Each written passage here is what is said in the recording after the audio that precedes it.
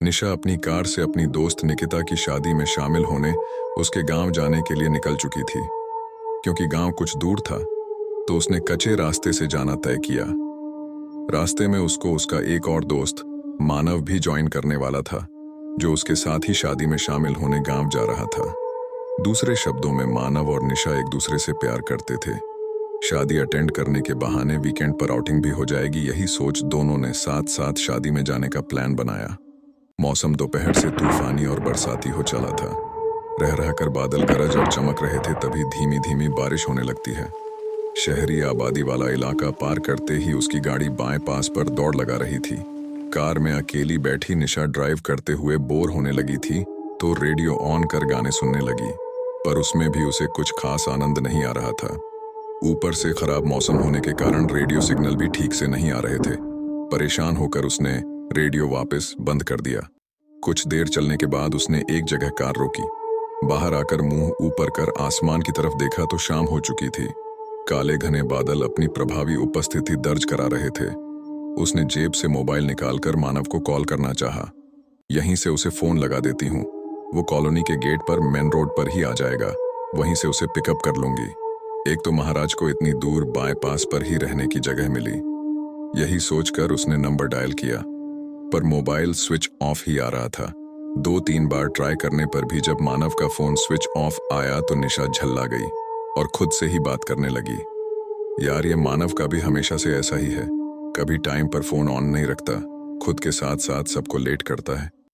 एक तो मैं ऑफिस से निकलने में लेट हो गई, 5 बज चुके हैं, इतनी दूर जाना है, रास्ता भी सुनसान है, ऊपर से ये बारिश। लेकिन ये लड़का कभी कोई बात सीरियसली लेता ही नहीं। 5 बजे का डिसाइड हुआ था, मिलने दो, उससे कह ही दूंगी कि मोबाइल रखना बंद कर दे। क्या फायदा उसका जब उसका यूज ही नहीं करना होता है। निशा ने एक बार फिर से मानव को फोन लगाया, पर फोन बंद आ रहा था।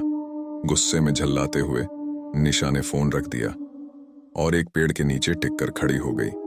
और कुछ सोचते हुए उसने अपना मोबाइल उठाया और मानव की फोटो गौर से देखने लगती है। मानव की फोटो देखकर उसका गुस्सा छू मंतर हो जाता है। कुछ तो बात है तुम्हारी शक्ल में साहबजादे। इंसान कितना भी गुस्सा क्यों ना हो, पर आपकी भोली मासूम सूरत देखकर अपनी सीरत ठीक कर ही लेता है। तने मुस्कुराते हुए उसकी फोटो को देखने लगती है। तभी अचानक उसे ऐसा एहसास होता है कि ऊपर से कोई उसे देख रहा है। वो गर्दन ऊपर कर पेड़ पर नजर डालती है, पर कोई दिखाई नहीं देता। आसपास भी बाएं पास एकदम सुनसान ही था। उसे कुछ अजीब सा महसूस हुआ। कोई तो था जो उसे अब भी देख रहा था। उसने स्पष्ट महसूस किया था। वो फौरन कार स्टार्ट कर वहां से आगे बढ़ गई। उसने ड्राइव करते हुए ही फिर से मानव को कॉल किया। अभी भी स्विच ऑफ ही आ रहा था। उसे कुछ समझ ही नहीं आ रहा था कि आज मानव को हुआ क्या है जो अभी तक मोबाइल ऑन नहीं किया। आसमान में बादल होने की वजह से जल्दी अंधेरा भी हो चला। पता नहीं कहाँ रह गया ये लड़का। यही सोचते हुए वो उस जगह पहुंच गई जहां मानव उससे मिलने वाला था। लगभग आधा घंटा हो गया। इंतजार करते करते उसका मूड ऑफ हो गया। अब तो 6 भी बज चुके थे। अंधेरा होते देख उसने अब और वेट करना उचित नहीं समझा। गुस्से में खुद ही अकेली निकल पड़ी। उसे कल तक वापस भी आना था और निकिता उसकी बेस्ट फ्रेंड थी, सो जाना भी जरूरी था। उसने वादा जो किया था उसकी शादी अटेंड करने का। निशा ने कार की स्पीड बढ़ा दी। अंधेरे में सुनसान बाईपास को पास करते हुए अब वो हाईवे पर आ चुकी थी। तभी उसे सड़क किनारे कोई खड़ा हुआ दिखा। उसने पास जाकर कार कुछ धीमी की तो चौंक गई। ये तो मानव था, पर इतनी दूर हाईवे पर सुनसान सड़क पर ये यहाँ कर क्या रहा है। निशा के मन में ढेरों सवाल पल भर में एकदम से आसमान में बादल की तरह उमड़ने घुमड़ने लगे थे। उसने कार रोकी और शीशा नीचे किया।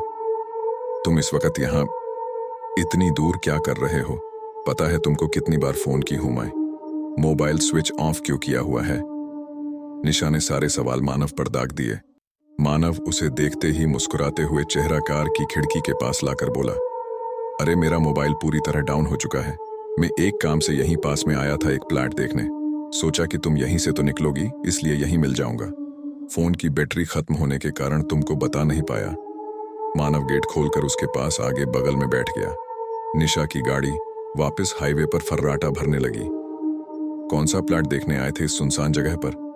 कल तो तुमने ऐसा कुछ बताया नहीं था। ड्राइव करते हुए निशा उसकी तरफ देखते हुए बोली। एक दोस्त ने कल रात को ही बताया था। जब पता चला कि वो प्लाट भी तुम्हारे गांव जाने वाले रास्ते में पड़ता है तो मैंने सोचा जल्दी यहाँ आकर पहले प्लाट देख लेता हूँ, फिर बाद में सड़क पर आकर तुम्हारा वेट करूंगा। निकलने की जल्दी जल्दी में फोन चार्ज करना भूल गया था, और अगर मैं तुमको देखे बिना ही सीधी निकल जाती तो जनाब खड़े रहते बारिश में भीगते हुए सुनसान सड़क पर। मानव मुस्कुराते हुए बोला, पहली बात तो ऐसा होता ही नहीं, और यदि तुम बिना देखे निकल भी जाती तो कोई और मिल जाती जो मुझे देखकर अपनी गाड़ी रोक मुझे लिफ्ट दे देती। ओ जनाब, ये गलतफहमी दिल से निकाल दो। वो तो मैं ही बेवकूफ हूं जो तुम्हारे पीछे पड़ी हूं, और कोई भी लड़की इस वक्त इस तूफानी मौसम में इस सुनसान हाईवे पर, वो भी रात के वक्त, और तो और अकेली भी, वो कभी किसी लड़के को देखकर अपनी गाड़ी नहीं रोकेगी। मानव निशा की छुटकी लेते हुए बोला, क्यों नहीं रोकेगी? जब मेरी तरह एक जवान खूबसूरत लड़का रास्ते पर अकेले मिल जाए तो किसी भी लड़की का दिल धड़कने पर मजबूर हो जाएगा। जी हाँ मैडम, सच बोल रहा हूं। ओह, निशा ने मानव की बात सुनकर कहा, कोई भूतनी या चुड़ैल ही होगी जो इस वक्त सुनसान सड़क पर तुमको अकेली मिलेगी और लिफ्ट ऑफर करेगी। जरा संभल कर, ये समय उन्हीं लोगों का होता है बाहर भटकने का। पता चला तुम पहचान नहीं पाए और वो तुमको मूर्ख बनाकर किसी सुनसान जगह ले जाकर साफ कर दे। हाँ हाँ हाँ। निशा आंखों की पुतलियों को नचाते हुए मानव की तरफ तिरछी नजर से देखकर हंस दी। कोई भूत वूत नहीं होता मैडम, ये सब मन का वहम है। निशा मानव की तरफ घूरते हुए बोली, तुमको क्या पता कि मैं निशा ही हूं? हो सकता है मैं कोई भूत हूं। आजकल भूत काफी एडवांस हो चुके हैं, कोई भी शक्ल बनाकर आपके साथ हो जाते हैं और आपको पता भी नहीं चलता। इसलिए इस भुलावे में मत रहना कि भूत नहीं होते।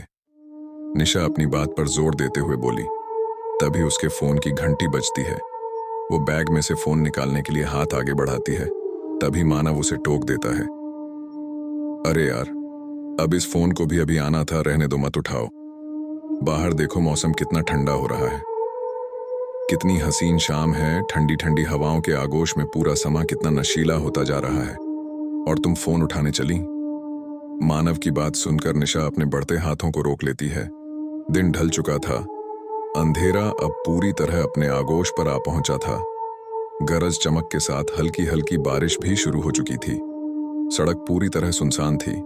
हाईवे होने के बाद भी इक्का दुक्का गाड़ियां ही आ जा रही थीं। पानी पड़ने के कारण आगे का कुछ साफ नहीं दिख रहा था, इसलिए निशा ने वाइपर चालू कर दिए। उस सुनसान खामोश वातावरण में वाइपर की आवाज स्पष्ट आ रही थी। कुछ देर चुप रहने के बाद निशा ने खामोशी को तोड़ते हुए मानव से कहा, क्या हुआ, चुप क्यों हो गए? कुछ नहीं, तुम्हारी बात को ही सोच रहा था। कौन सी? यही कि कहीं तुम्हारी बात सच तो नहीं? निशा ने आश्चर्य से मानव की तरफ देखते हुए बोला, मतलब कौन सी बात? मुझे तुम्हारी बात से हल्का हल्का डर लगने लगा है। कहीं तुम सच में कोई भूत चुड़ैल तो नहीं? वरना मैं तो बेमौत मारा जाऊंगा ना, बिना शादी के इस दुनिया से विदा हो जाऊंगा। मानव की बात सुनकर निशा जोर जोर से हंसने लगी। हाँ हाँ हाँ हाँ हाँ मिस्टर मानव, इतना याद रखो, कोई भी भूत या चुड़ैल खुद से ये कभी नहीं बताएगी कि वो भूत है। भूत कभी अपनी आइडेंटिटी किसी को खुद नहीं बताते। ये तो अपनी अक्ल से ही पता लगाना पड़ता है कि वो भूत या इंसान। अच्छा, तो तुम ही बता दो, क्या पहचान होती है भूत की? मानव भोला बनते हुए निशा की तरफ मासूमियत से देखते हुए बोला, वैसे तो ये कोई फिक्स नहीं होता कि सभी भूत एक जैसे ही दिखते हों, पर एक कॉमन बात होती है जो सभी भूतों में पाई जाती है। वो क्या? मानव ने उत्सुकता से पूछा। देखा तो नहीं, पर बुजुर्गों के मुंह से एक बात जरूर बहुत सुनी है कि भूत के पैर उल्टे होते हैं और वो लगातार एक तक आपकी तरफ कभी नहीं देखते। उनके नाखून भी सामान्य इंसानों की तरह नहीं होते और भूत रात में ज्यादा शक्तिशाली हो जाते हैं। निशा ने भूत का डिस्क्रिप्शन दिया। तभी मानव ने कहा, लेकिन मैंने तो सुना है कि सभी भूतों के पैर उल्टे नहीं होते और वो आपसे इस कदर घुल मिल जाते हैं कि आपको सपने में भी पता नहीं चल पाता कि आप किसी भूत के साथ बैठे हो। भूत जो होते हैं वो किसी के भी शरीर में घुस जाते हैं और उनकी हरकतों को देखकर ही लगता है कि वो भूत हैं। अपने बाल फैलाकर, आंखें निकालकर, बड़े बड़े दांत निकालकर, डरावनी शक्ल, कोई भी उनको पहचान सकता है। जबकि जो प्रेत होते हैं वो पहले अपना विश्वास कायम करते हैं सामने वाले पर। और भूत और प्रेत ये दोनों अलग अलग चीजें हैं। भूत किसी के भी शरीर में घुसकर उसके जरिए मनमानी करते हैं, जबकि प्रेत स्वयं किसी का भी रूप धरने में सक्षम होते हैं। वो हमेशा डरावनी शक्ल लिए नहीं घूमते, बल्कि वक्त आने पर अपने गेटअप में आते हैं। वो किसी के शरीर को अपना घर कभी नहीं बनाते, बल्कि खुद एक शरीर धरकर कब आपके सामने आ जाएं, आपको पता तक नहीं चलता। प्रेत के भी कई प्रकार होते हैं, जिनमें पिशाच सबसे खतरनाक प्रकार होता है, जो रात में ही निकलता है। वो सूरज की रोशनी में दिन में कभी नहीं आता। पिशाच हमेशा रास्ता भुला देता है, सामने वाले को भ्रमित कर देता है। और प्रेत बनना इतना आसान भी नहीं होता। जो लोग अकाल मौत मरते हैं, जैसे जलकर, पानी में डूबकर या किसी एक्सीडेंट में, उनमें से 99% प्रेत योनि के पिशाच बन जाते हैं। मानव बोले जा रहा था और निशा हैरानी से उसे सुने जा रही थी। वाह यार, तुमने तो पूरी पीएचडी कर रखी है भूत प्रेत पर। मुझे तो पता ही नहीं था तुम्हारा ये टैलेंट। निशा मुस्कुराते हुए मानव की तरफ देखती है। तभी फिर से मोबाइल बजता है। आवाज सुनकर मानव निशा को फोन स्विच ऑफ करने का बोल देता है, ताकि कोई इन्हें इस हसीन सफर में डिस्टर्ब ना कर सके। निशा मानव की बात सुनकर स्क्रीन पर बिना मिस कॉल देखे ही फोन स्विच ऑफ कर देती है। उनको चलते हुए अब काफी वक्त हो गया था, लेकिन वो मोड़ नहीं आया था जहां से उनको गांव के लिए अंदर कच्चे रास्ते पर टर्न लेना था। निशा कार धीमी कर मानव से बोली, बहुत देर हो गई चलते हुए, पर अभी तक वो मोड़ नहीं दिखा। पहले भी आ चुकी हूं 2-3 बार, पर इतना वक्त तो नहीं लगता। लगता है बातों बातों में मोड़ पीछे छूट गया। कोई दिख भी नहीं रहा जिससे पूछा जाए। रात के 9 बज गए हैं। निशा कार रोककर आसपास देखती है। तभी एक बूढ़े बाबा उनकी कार के पास से छतरी लगाए निकलते हैं। वो उनको आवाज देकर पास बुलाती है। बूढ़े बाबा खिड़की पर आते हैं। अरे बाबा, ये संग्रामपुर गांव का रास्ता किधर पड़ता है? एक मोड़ आता है, उससे अंदर जाना पड़ता है। बारिश और अंधेरे की वजह से रास्ता समझ नहीं आ रहा। बेटी, तुम आगे आ गई। वो मोड़ पीछे छूट गया। वो बूढ़े बाबा जैसे ही गर्दन झुकाकर अंदर निशा से बोलते हैं। निशा अफसोस करते हुए वापस गाड़ी टर्न करती है। इतना बड़ा मोड़ दिखा कैसे नहीं? भले बारिश और अंधेरा है, पर वो मोड़ अलग ही दूर से दिख जाता है। वहां एक ढाबा भी बना हुआ है, जो उस मोड़ की पहचान है। आश्चर्य है कि मैं वो देख कैसे नहीं पाई, जबकि मैं बराबर सड़क पर ध्यान देते हुए चल रही हूं। निशा को कुछ समझ नहीं आता कि उससे रास्ता पहचानने में इतनी बड़ी भूल कैसे हो गई। तभी निशा की नजर सड़क किनारे एक छोटी सी हनुमान जी की मंदिर पर पड़ती है। वो कार रोककर वहां जाने को होती है। तभी मानव उसे रोकते हुए बोलता है, कहाँ जा रही हो? वैसे ही बहुत लेट हो चुके हैं हम। बस अभी आई। वो सामने हनुमान जी का छोटा सा मंदिर बना है, दर्शन कराती हूँ। इस तरह बिना दर्शन किए जाना ठीक नहीं। निशा उतरकर जाने लगती है, पर मानव गाड़ी से बाहर उतरकर एक तरफ मुंह करके खड़ा हो जाता है। निशा उसे देखकर पूछती है, क्यों, तुम दर्शन करने नहीं चलोगे? नहीं, मैं आज नहाया नहीं। बस इतना कहकर मानव और दूर जाकर खड़ा हो जाता है। निशा अकेले ही मंदिर की तरफ चल देती है और हनुमान जी के दर्शन करके जैसे ही वापस पलटती है, पीछे से किसी बूढ़े इंसान की आवाज आती है, सावधान बेटी। निशा उन बूढ़े इंसान की आवाज की दिशा में पलट कर देखती है। एक बूढ़े लेकिन चेहरे पर गजब का तेज लिए एक बाबा उससे बोलते हैं, सावधान मेरी बच्ची, तेरे प्राण संकट में है। मैं समझी नहीं बाबा, हम झूठ नहीं कह रहे। निशा हैरानी से उनकी तरफ देखती है। वो जो तेरे साथ तेरा दोस्त है ना, वो तेरा दोस्त नहीं बल्कि एक पिशाच है, जो शहर से ही तेरे साथ आया है। तेरे रूप रंग पर मोहित होकर तुझे अपने साथ अपनी दुनिया में ले जाना चाहता है वो। पर बाबा, परवर कुछ नहीं बेटा, हमारी बात का विश्वास करो। हम हनुमान भक्त हैं। अपनी सिद्धि से स्पष्ट देख सकते हैं कि तू अपनी सहेली की शादी में जाने के लिए निकली थी, पर तेरा दोस्त जो तेरे साथ जाने वाला था, वो तबीयत खराब होने के कारण नहीं आ पाया। तू जब उस पेड़ के नीचे खड़ी होकर उसकी तस्वीर देख रही थी, तब यही पिशाच उस पेड़ पर बैठा था। उसने तेरे दोस्त की तस्वीर देख ली थी कि वो दिखने में कैसा है, और तुझे खुद से बातें करते हुए भी सुन लिया था। बस वो वहीं से तेरे पीछे लग गया और आगे चलकर इस सुनसान रास्ते पर तुझे मिला। वो एक छलावा है, प्रेत है, जो किसी का भी रूप रख कर आ सकता है। अपना फोन चालू करके देखो, असली मानव यानी तुम्हारा दोस्त मानव, उसने तुमको फोन भी किया था जो तुमने उठाया ही नहीं। तुझे रास्ता भटकाने वाला भी वही है। वो तुझे किसी सुनसान जगह जंगल में ले जाकर मार डालना चाहता है। वो नरपिशाच खून पीता है। तू खुद देख सकती है कि वो यहाँ हनुमान जी के मंदिर में क्यों नहीं आया तेरे साथ। और उल्टा दूसरी तरफ मुंह करके दूर जाकर खड़ा हो गया, क्योंकि वो नरपिशाच है। उन बाबा की बात सुनकर निशा के पैरों तले जमीन खिसक जाती है। तभी उसे उसकी वो सब बातें याद आती हैं। निशा के कानों में बाबा जी के शब्द और मानव रूपी पिशाच की बातें दोनों गूंजती रहती हैं। उसे यकीन नहीं होता कि वो इतनी देर से एक प्रेत के साथ सफर कर रही थी। उसके पूरे बदन में एक अजीब सी सिहरन दौड़ जाती है। वो काफी डर जाती है। उसे कुछ समझ नहीं आता कि वो अब करे तो क्या करे। डर मत मेरी बच्ची, तू दिल की बहुत भोली है। तूने आज तक किसी का बुरा नहीं किया, तेरा भी कोई कुछ नहीं बिगाड़ सकता। तू भोली मासूम है, तभी प्रभु ने तुझे अपना चमत्कार दिखा दिया कि तेरी दृष्टि उनकी मंदिर पर पड़ गई, ताकि तू दर्शन करने यहाँ आए और इस बहाने कुछ समय उस पिशाच से दूर रहे और तुझे सत्य पता चल सके। ये हनुमान जी की चोला चढ़ाने वाला मंदिर है। ये ले हनुमान जी के मंदिर का सिंदूर, इसे अपने पास रख और सीधी चली जा। कुछ दूरी पर तुझे वो मोड़ स्वयं ही दिख जाएगा, जहां से तू अपने गंतव्य तक पहुंच जाएगी। पर थोड़ी सावधानी से, वो प्रेत अवश्य तुझे डराने और तेरा रास्ता रोकने का प्रयत्न करेगा। पर तू डरना नहीं। जब तक तेरे पास ये सिंदूर है, वो तुझे छू भी नहीं पाएगा। बस दूर से डराने का प्रयत्न करेगा, ताकि तू डर जाए, घबराहट में कुछ भी कर दे। पर तू किसी भी कीमत पर डरना मत। जैसा मैंने कहा वैसा ही करना। तेरा बाल भी बांका नहीं होने देंगे हनुमत दद्दा। जा, अब जल्दी से गाड़ी चालू कर निकल जा। उसकी तरफ देखना भी मत, सीधी चली जा। परम राम भक्त का आशीर्वाद तेरे साथ है। बाबा की बात सुनकर निशा जल्दी जल्दी कदम बढ़ाते हुए कार की तरफ जाती है। वो पिशाच गाड़ी से दूर उल्टी दिशा में मुंह करके खड़ा था। निशा चुपके से गाड़ी का गेट खोलकर अंदर बैठकर कंपाते हाथों से गाड़ी स्टार्ट करती है, पर हड़बड़ाहट में चाबी नीचे पायदान पर गिर जाती है। उधर आवाज सुनकर मानव बना हुआ पिशाच पलटकर निशा को गाड़ी स्टार्ट करते देख लेता है। निशा घबराते हुए नीचे झुककर चाबी उठाने की कोशिश करती है। इधर वो गाड़ी की तरफ लपकता है। निशा की घबराहट और बढ़ जाती है। उसकी सांस तेज तेज चलने लगती है।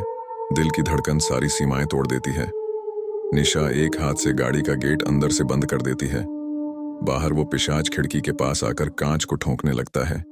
इधर निशा अपने हाथों की उंगलियों से नीचे गिरी चाबी उठाने का भरसक प्रयत्न करती है। बुरी तरफ हाँफते हुए वो जैसे तैसे चाबी उठाती है। उधर पिशाच अपने असली रूप में आ चुका था। वो बुरी तरह कांच को बाहर से अपने खूनी पंजों से ठोंकता रहता है। निशा गाड़ी स्टार्ट कर भागती है। उसके मुंह से घबराहट में हिचकियां निकलने लगती हैं। वो पिशाच अब भी बाहर गाड़ी के कांच से चिपका हुआ बराबर उसे डराने का यत्न करता है। निशा बदहवास सी तेज स्पीड में गाड़ी भगाए जा रही थी। तभी वो पिशाच आगे स्टीयरिंग के सामने कांच के बाहर आकर अपने दोनों हाथों से कांच को खुरचने लगता है। उसके लंबे लंबे नाखून देख निशा की डर के मारे सांस अटकने लगती हैं। उसे सामने का कुछ नहीं दिखता, बस वो बदहवास सी गाड़ी को भगाए जा रही थी। वो पिशाच कभी गाड़ी के साइड में, तो कभी सामने कांच पर, तो कभी गाड़ी के ऊपर बुरी तरह आवाज करते हुए लिपटा रहता है। अंदर घुसने का, गाड़ी रोकने का प्रयास करता है। उसकी बड़ी बड़ी लाल लाल खूनी आंखें निशा को ही घूरे जा रही थीं। गाड़ी उस सुनसान सड़क पर कभी इधर तो कभी उधर डोलते हुए बेहताशा भागी जा रही थी। निशा बुरी तरह हाँफते हुए अपने कंपाते हाथों से कार को ड्राइव किए जा रही थी। बाहर वो शैतान गुर्राते हुए बड़े भयानक रूप में कार से बुरी तरह लिपटा हुआ उसका पीछा करता है। वो गाड़ी का गेट खोलने की कोशिश करता है। खोल दरवाजा, मुझे लिए बिना तू कैसे जा सकती है? तुझे तो मैं नहीं छोड़ूंगा। बहुत देर सब्र रखे बैठा रहा तेरे साथ। रात के अपने सही वक्त का इंतजार कर रहा था, ताकि तेरा खून पीकर तुझे भी अपने जैसा बना सकूं। तू बच नहीं सकती। भयंकर डरावनी आवाजें निकालता वो पिशाच गाड़ी को बाहर से लंबे लंबे भयानक नाखूनों से खुरच रहा था। गाड़ी को बाहर से ठोंक रहा था। निशा के मन में एक बात आती है। वो जल्दी से गाड़ी में स्पीकर ऑन कर हनुमान चालीसा तेज तेज स्वर में बजाने लगती है और फौरन बाबाजी वाली पुड़िया निकालकर वो हनुमान जी वाला सिंदूर कार के कांच और छत पर अंदर से ज्यों ही लगाती है, फौरन वो पिशाच कहराती हुई आवाज करते हुए कार से अपनी पकड़ ढीली करने लगता है और भयानक अंदाज में रोते हुए गायब हो गया। अब चारों तरफ सन्नाटा ही सन्नाटा था। बारिश में झींगुरों और मेंढकों की आवाज वातावरण के सन्नाटे को चीर रही थी। तेज हवा से सड़क किनारे खड़े पेड़ साएं साएं करते हुए बुरी तरह हिल रहे थे। कुछ देर बाद वो मोड़ भी आ गया। निशा ने सीधी गाड़ी अंदर कच्ची सड़क पर डाल दी और गांव में शादी वाले घर पहुंचकर ही दम लिया। बहुत देर तक तो उसकी गाड़ी से बाहर निकलने की हिम्मत ही नहीं हुई। उसने अपना फोन ऑन किया तो देखा कि मानव के मिकॉल उसमें मौजूद थे। हिम्मत करके वो गाड़ी से उतरकर सीधी अंदर मंडप में चली गई। बारिश की वजह से मौसम भी ठंडा हो चुका था, पर निशा पसीने से तरबतर थी। मन ही मन भगवान हनुमान जी का और उन तेजोमय सिद्ध पुरुष का धन्यवाद करती है। उम्मीद है आपको ये कहानी जरूर पसंद आई होगी। ऐसी और कहानियां सुनने के लिए सब्सक्राइब करें हमारा चैनल फियर टेल्स।